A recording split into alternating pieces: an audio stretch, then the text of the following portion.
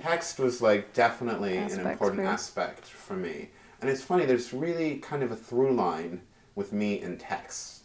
Um, the importance of text was a big thing when I was a child with the Bible. The importance of text was a big thing when I was an adolescent and I was interested in opera. And the importance of text remains an important thing to me as I sing in Yiddish.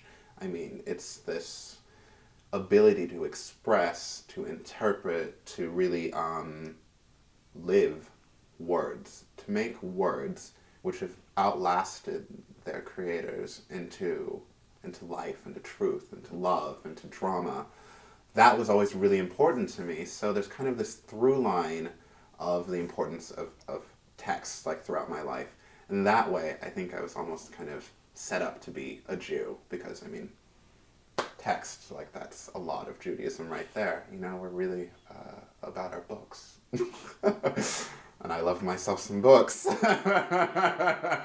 And I'm going to go on loving books now that I'm a Jew. So